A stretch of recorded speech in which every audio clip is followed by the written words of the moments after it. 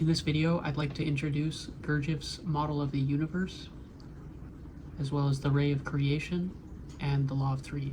If you're watching this video, you probably already have an idea of the work, the idea of this kind of knowledge, and what use it has, the relationship of knowledge and being, that this kind of knowledge has a kind of draw, a kind of understanding can be gained from it. There's a certain flavor to it, a taste for it, that is of the nature of when we really feel we know something. As Gurdjieff said, when we understand something with the whole of our being, with not just one of our centers, not just with our head, but with the all of us. And I think when we understand something, that understanding for me, it's over here. It's in a deeper place in me. And that model of knowledge and being always goes directly into these teachings and has to do with what's being constructed here in this model of the universe. I wanted to mention a teacher shared with me that understanding is very much knowing where you are. It's very much knowing what you don't know. It's kind of knowing your position.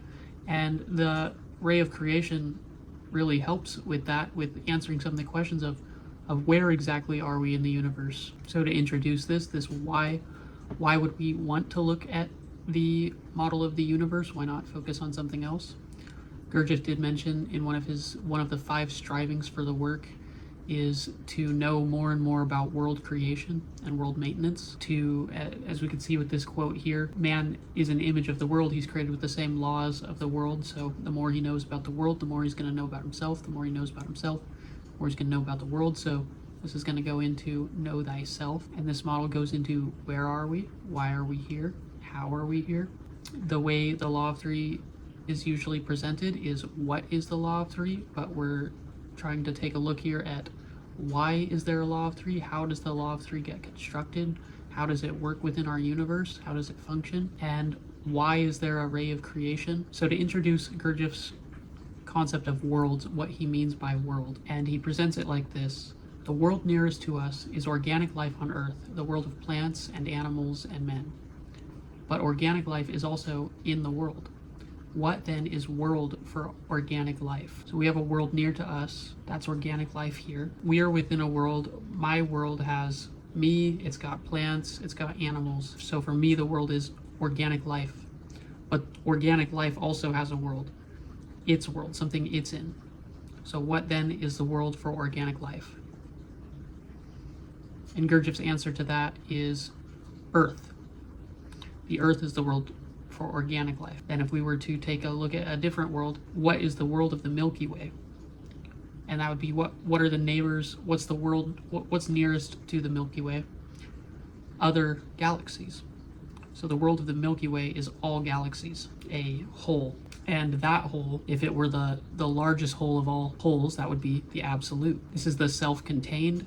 It's whole, it's never been divided, it's just containing everything. Where G says the absolute, the state of things when the all constitutes one whole, as it were, out of which by division and differentiation arises the diversity of the phenomena observed by us. Now G explains we live in all these worlds but in different ways. And I see that as one day I focus my consciousness on something and I have an experience. The next day I don't experience that anymore. Now I'm aware of different things. And simultaneously, I can be aware of different influences influencing me from some of these different worlds, all within the present moment. So Gurdjieff introduces this as influences, as there are different kinds of influences, such as the planets, other people, cultures, many different things, not only imposing their will on us, but just influencing us subtly. But before he wants to get into examining influences, the types of influences, and the laws of transformation, before he wants to get into how unity divides into plurality, says we must first examine the law that creates all phenomena in all the diversity or unity of all universes. This one law that creates a phenomenon. A phenomenon is something that happened, as opposed to something that didn't happen. Something that you wanted to happen didn't happen. Phenomenon is what actually came into existence. So I put a consideration here. If there was knowledge that you could attain that would allow you to work out yourself and work out the entire universe, how important would it be to know it for you in your life? And these kind of considerations, Gurdjieff stresses that this is why this kind of knowledge, and we'll see this in this model, that this kind of knowledge comes into this model to make it work, to make a phenomenon even happen. And to give an example of what I'm talking about, for me, years ago, I was not interested at all in meditation. It was something on the side, or foreign or unfamiliar. I didn't want anything to do with it. And at some point, some knowledge must have come my way to make me take a look at understanding I had inside of me, which was when I looked at the bigger picture. If I looked at when I was like 50 years old and got tired of life, said, okay, I'll meditate now, and then found, oh, now I have focus in my mind. Now I have some stillness. Now the way I approach a task will be different than when I had a little bit less awareness. And I started realizing, oh, the way that I do something is going to be affected by how much awareness I have. The way I do things, the way I treat others, the way I understand life, engage with life is going to be different based on my level of awareness. So I started looking at, okay, what would 25 years of my life be like without awareness? What would the result be? And how much would I have gained awareness if I practiced it for 25 years? And that knowledge took what was unimportant to me and it created an aim to change my actions and change what I was focusing on and what I wanted to invest in, because, okay, the quality of my life could increase with more awareness, would decrease with less. This is suddenly a priority. If my life was going the way it was always going to go that way until this outside influence came in and said, hey, what about this? With the concept that man is a machine, my machine was just headed in one direction. Now the machine got some new input. Suddenly that new input is changing my course. And that is what the ray of creation is going to have to deal with. Here at the end, we'll be taking a look at, should we change course? Is that worth considering? I wanted to make a note that the recent and super successful, super popular video game Baldur's Gate 3 uses the absolute as its villain. In the context of the game, it's very similar to the same concept of the absolute. I feel like it was worth mentioning. I just pulled up some lore from the game where it's saying 3 glories of belonging within the absolute, kind of a law of threes within the absolute, and it's a distortion of it where it's all completely evil.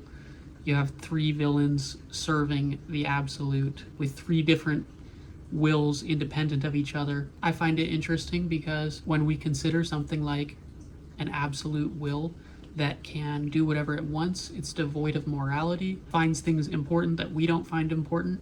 It doesn't regard as important the things that we regard as important. Maybe it doesn't like our society and we like our society. It's not controlled by other people. What would we be like if we were not controlled by other people? To our understanding, it's very easy to paint that as evil. I find it interesting that our collective culture is taking a look at this concept right now. Moving into the law of 3, to me this might be the most powerful statement that Gurdjieff ever spoke, in saying that the teaching of the 3 forces is at the root of all ancient systems.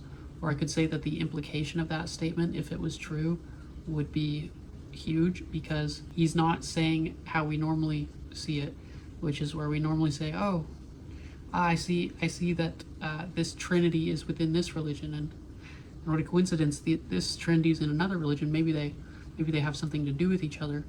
Maybe they involved the law of 3 in this system. But that's not what he's saying. He says it's at the root of all ancient systems, which means it's the foundation. And if that were true, what that tells me is that we have lost something huge, because if all of the ancient systems had the same root, that means that everyone shared a common understanding about the direction or the path, or a basic algebra, basic 1, 2, 3, about how the universe works, which goes to know thyself as an equation, which may have been the great work, the magnum opus. It says, for the law of 3, every phenomenon, in whatever scale, whatever world it may take place, is the result of the combination or the meeting of the 3 forces. So it's when 3 forces meet together, a phenomenon is created. He notes that in contemporary thought, we don't notice 3 forces. We normally notice 2, such as positive and negative. He says, according to real, exact knowledge, 2 forces cannot produce a phenomenon. And he's going to explain why. The presence of a 3rd force is necessary to create a phenomenon, as I was saying about some new knowledge coming in as a 3rd force. This is where we get into what constructs the law of 3. If someone wanted to do something, like they wanted to perfect themselves, they wanted to make a better version of themselves, they're going to have an active desire to perfect themselves, and they're going to have all of their usual habits acting as inertia, acting as the way things were already going, and they would have to counteract that inertia as an object in motion stays in motion unless opposed by an opposite force. But this is where we have a problem. The two forces are going to come in contact, and they're going to have a struggle. They might just nullify. One of them might overcome the other. If I had my desire, my initiative to create a better version of myself with better qualities, I have a certain amount of energy prepared for that. I prepared a certain amount of energy to carry out that task. If something comes into my way as an opposition to it, which will surely happen, I'm going to wrestle against it, and maybe I overcome it. But the overcoming of it spent the energy that I had to move forward. So I will actually remain exactly where I was. And this could repeat over a person's life. They're trying to change again and again and again, but they always come up against the opposing force. Maybe they overcome it, they overcome challenges, but they're actually staying exactly where they were. That is, until this new knowledge comes in that acts as a third force. Now they get an extra buff, they get an extra advantage, they have an extra strength. They either recognize, oh my gosh, if I don't do this, I'm gonna die, or they recognize, oh, look at all that I'm gonna gain if I do this, I must do this, I have to do this. They now have extra effort. And something I want to point out is that in the Enneagram, when most people point out the Enneagram, we know that we need to introduce conscious shocks in order to get past, say, the passive force, to push past this resistance. Well, if we look at this, the super effort we need is actually the new knowledge, at least in the case of the work. Our super efforts are actually already in Gurdjieff's model. Just by doing the work, striving for the work, participating in the work, we get our third force, we get our super efforts that will assist us, say, in our striving to become more conscious. Considering how worlds are created, how phenomena is created, how wholes are created, permanent, unchanging things. Going back to chapter 2, we've been on chapter 4 of In Search of the Miraculous, you'd see up on top right. Going back to chapter 2, you can see the idea of crystallization as a fusion of two things in a struggle. These two things, when they're opposing each other, maybe they go really fast and they bond, they create a inner unity. They crystallize, particularly if there's a definite line. If you're pursuing it, going in a direction with it, gradually the mold is going to fill in. You're going to gain qualities with this thing, and eventually it's going to condense, it's going to harden. But here you can crystallize on a wrong foundation and you can crystallize on a right foundation, which means you could struggle against something and create a crystallization, but it may not be one that you want. It may not be one that has anything to do with the real you. We take an example as someone with the fear of sin. What would happen if you were to spend your life struggling against the fear of sin? Well, you have two forces. You have an active force, the me that doesn't want to sin. You have a passive force, the force that wants to sin. If you struggled against that long enough, you'd create a hole. You become crystallized. And you would be a crystallized person with a split, with half of you always sinning and half of you never sinning. You would have crystallized over here instead of continuing this path of evolution in a way that's going to allow you to continue to evolve and not just die off on some other branch. That incomplete crystallization is going to prevent you from progressing any further. You need legs in order to grow toes, right? So to resolve that, you'd have to melt down that crystallization. And anyone who's pursued personal transformation, shadow work, tried to change yourself through hard effort, has probably found that they've had to surrender. And what does that surrender look like? It looks like a melting.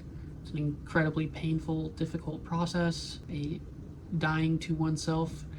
And we might say that dying to oneself is like melting some of the imperfect crystallizations that we have created.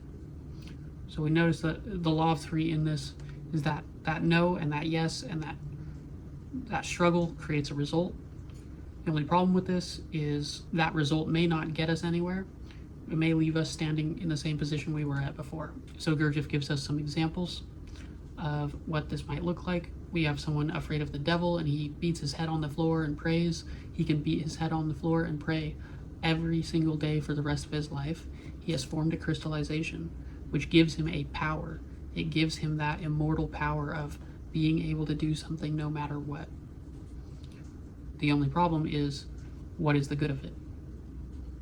He has solidified, he has become permanent, but it's not to any conscious aim. It doesn't help him in any way. But he says this occurs very rarely, which means it would be the result of a lot of super efforts for a very long time in order to create what he's calling immortality.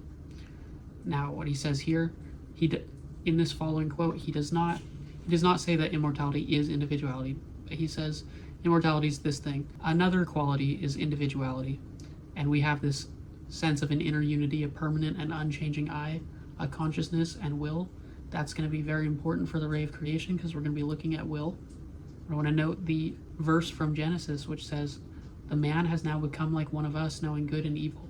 He must not be allowed to reach out his hand and take also from the tree of life and eat and live forever." Why? Well, if he crystallized on good and evil and he lived forever in that crystallization as an immortal, he is doomed. He says if we could see the manifestation of three forces in every action, we should then see the world as it is. And if you have any background in spirituality, that's always a focus, is seeing the world as it really is. And he comments as things are in themselves, as how they really are. So we could actually say that what it means to see the world as it is when you can see what something is in itself. If we could see the three forces operating, we would be able to look at, oh, this is what this is what's happening, this trendy is what's creating this phenomenon, this force is a thing in itself. This is where it points out the law of three is super simple, so we might overlook it. But just because it's simple doesn't mean that there's not a complex system at work. If we're talking about a system of triangles, if I have a triangle here and a triangle here and a triangle here, there can be a very complex machine, an incredibly complex machine of inner working triangles all meeting at different points and working together. There's nothing simple about the system, even though the basic, say, unit or the basic gear of the system is a triangle. And we get to look at why that is. He notes that there's a reason why we don't see the third force. We're not awake. We live in the dream world. We don't see everything as it really is. So we only see a relative perception of reality. So there's no question why we don't perceive a third force. We can see that maybe if we were to understand the law of three more and to actively look and see the law of three in everything that's happening, we actually would start to stop looking at a relative view of the world, and we would start to actually see the world as it is. So I put up an Enneagram here. This Enneagram is not Gurdjieff's. It's Ouspensky's, and it's after he was looking back over his research and trying to figure out Gurdjieff's system. He figured something out, similar to how I just was saying that, oh, super efforts are already right there in doing the work. Same concept. He was looking for what is making these conscious shocks that are supposed to happen at 3 and 6. And the top of an Enneagram is always do, re, mi, fa, sol, la, si, do. What he figured out is that, oh, the active force at this point in the triangle is actually the do, the top part of another triangle. He worked that out himself, not from Gurdjieff's teaching. He worked that out from just looking at the math.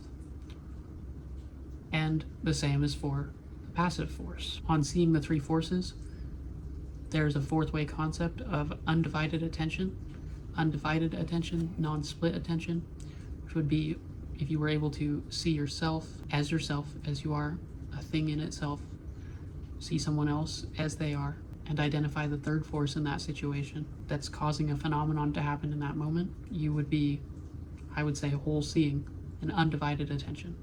Now we'll actually get into the creation of the ray of creation. So these three forces of the absolute, they are one whole. They separate and unite by their own will and by their own decision. And at the points of junction, they create phenomena or worlds. When the three forces meet, they create a new world at the second from the top level. Each have an independent will, and at some point, boom, this connects. At some point, boom, this connects, and now a new world is created. They, for their own existence, they depend on the absolute. They depend entirely of the highest will, which is, I would call, creation. Then, for a new world that's just been created, three forces are acting. They are separated from that top layer, the will of the absolute. It has three forces within it, but any one of these could be active, passive, or neutral, depending on context, depending on where they meet. You say all three of these forces are in an indeterminate state, a state of flux. Then when they meet, one of them manifests one principle, one of them manifests the other, one of them manifests the third, and they form a trinity, which creates the new phenomenon, which in this case is going to be the next world. It's different. We're not dealing with an absolute where there was three forces united with one will as one. Now we have three different opposing wills. What they care about, what their motivations are different. When they meet is said to be accidental or mechanical. For us, it would appear as accidental. In other words, there's no reason for them to be meeting at that point in time. It's just that this will was going over here, this will was going over here, this one was going over here, and this guy was going all over here, and one day he decided to go up here, and they just happened to meet by accident, by mechanical. And that's in the fourth way. That's called the law of accidents. And the idea of that permanent unchanging I, actually the idea of having a magnetic center, which I'll cover in a different video, is the idea of that person becomes free from the law of accidents. We'll see why is because he's becoming free of some of the laws that cause the law of accidents.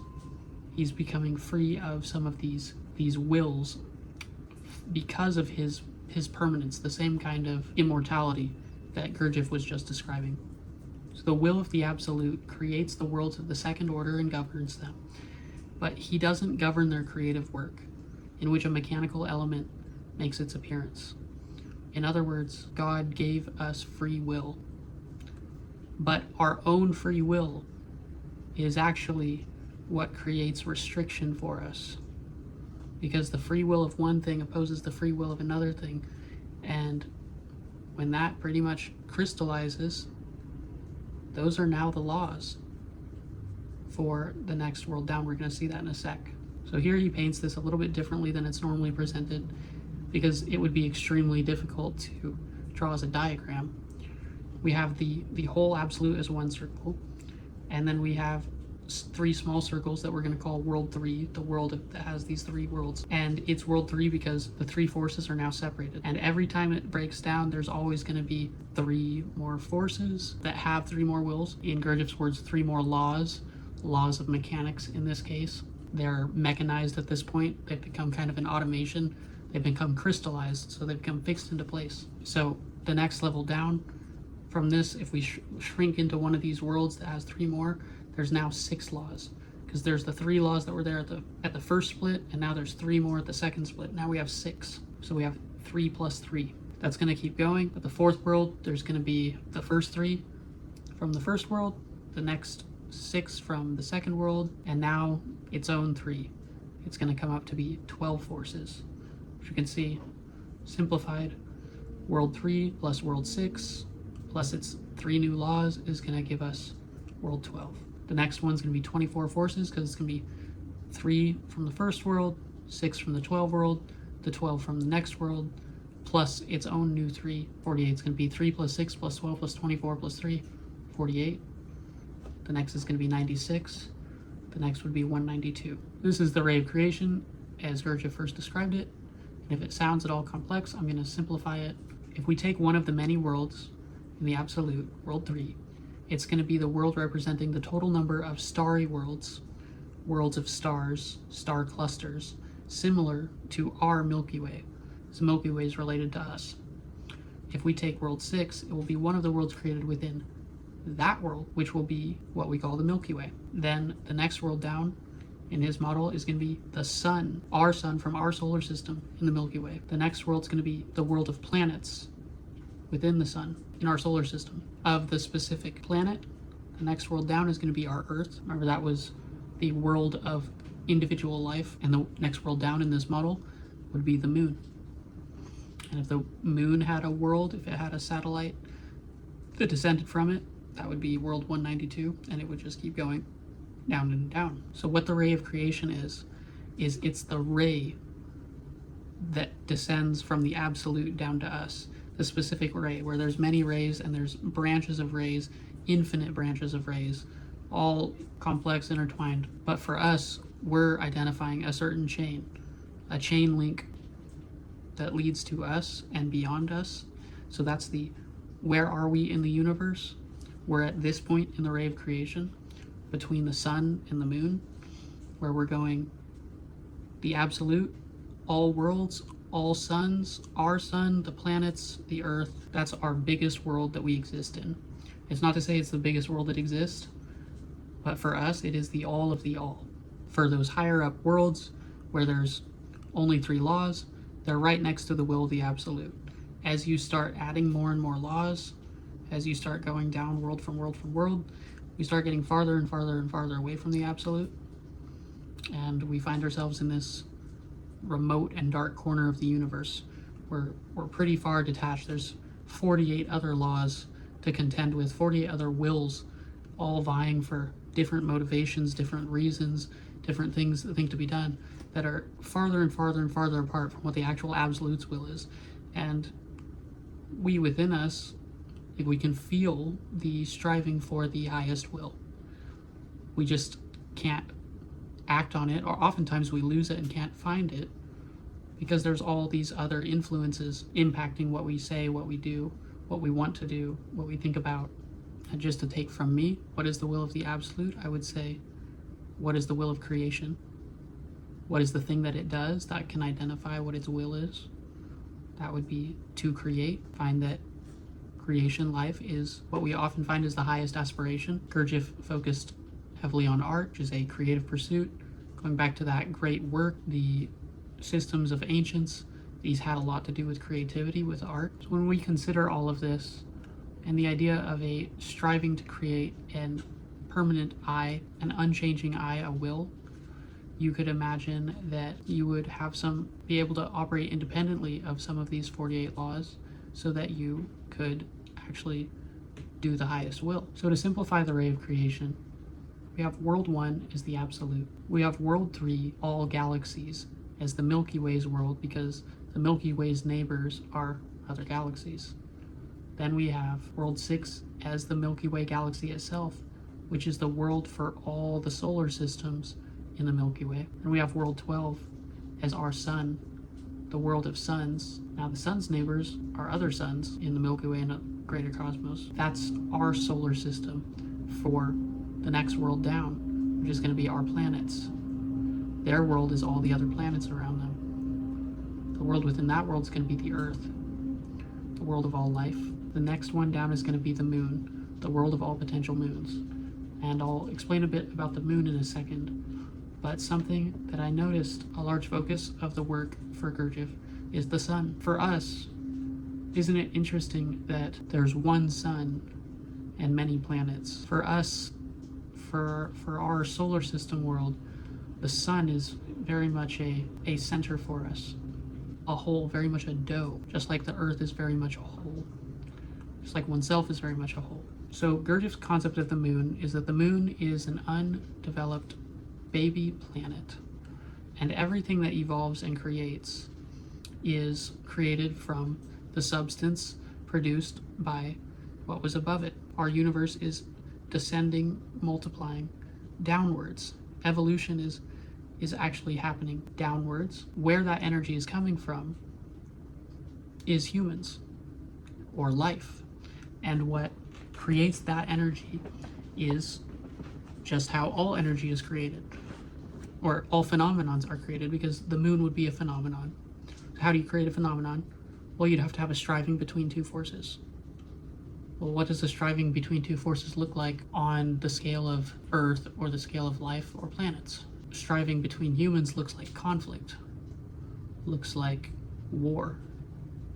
So to ask the question, why is there war? According to Gurdjieff, war and many other things that happen that we are subject to the laws of that we don't like come from a will, and that will is the moon, that the moon has a will. And his metaphor is that the moon is like a giant magnet because it's our neighbor, it's right next to us. The things we're influenced by are always the things that are nearest to us. The moon is our nearest neighbor, and its will is to gain energy, to grow, The positive frame in the fourth way for that is that we are like these energy producers. We make energy. That's our job. We feed the moon. That is our purpose for life on Earth. With that, we don't have to do anything to achieve the purpose that we were mechanically created for. We have evolved to the point that nature needs. For nature's purposes, the natural evolution of life, we are complete, because we don't need to evolve anymore to have more war and more conflict. We are already designed to do that just fine. We can create strife, struggle, and create the energy necessary to continue the ray of creation and continue life on this earth. It's not a super sweet position for us to be in, though. The thing is, we do have our own will, and we can have the will to continue to evolve. I could say that would also be the absolute's will, right? Is not just creation, but evolving, because that's what it's doing. So we do have that will to evolve. So something I noticed in some of these charts, the charts of the ray of creation often have the do, re, mi, fa, sol, la, ti, do. And I noticed that it's in reverse order, where it says do, re, mi, fa, sol, la, si, do. That would mean is that the forward progression of time is like playing music backwards, which to us usually sounds really bad. It usually sounds like discord to be playing music backwards. We normally think of Satan when we think of that kind of destructive backwards music. And our desire is usually to go up towards the sun. So this would be where I was saying new knowledge could make you want to change direction. The direction you're going is that the direction where all the forces in the universe, all the mechanical laws in the universe, all the will, the strongest will that were nearby, not to mention, say, the wills of the other planets. The will of the moon is for us to go down. You might even say, if you're aware of man as a machine, that the will of the machine is to go down. The will of the unconscious, as we call it. Perhaps it's not unconscious, perhaps it's machine. Well, that's unconscious, right? Is to go down. So the idea of this different kind of evolution, which I'll cover in the next video, that's what this next video is going to have to do with, is how this relates to what Gurdjieff paints as a picture for our possible development of the human, as Ouspensky described it. If you were imagine that we are on one world with a certain number of laws, the idea is not only that if you had a permanent, unchanging will, that you would be able to be free from some of these laws, but also that if you were to crystallize on the right foundation and evolve upwards to a certain point, if you were to say evolve up to world 24, you would no longer be subject to 48 laws, period. Yeah. So, with that,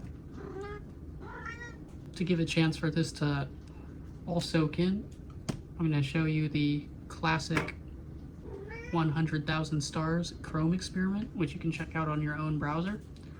I invite you to take a deep breath and there's a lot of information, let it soak in, and check out this cool star experiment.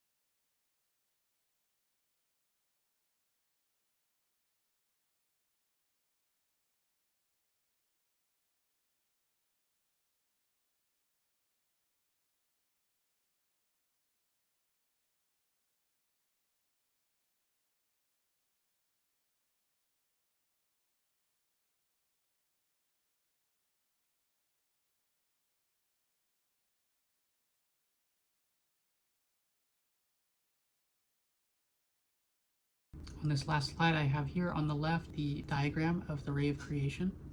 And in my next video, I'll be taking a look at why does the ray of creation matter for us spiritually, and move into the spiritual aspect of Gurdjieff's work here as he's painted. See you next time.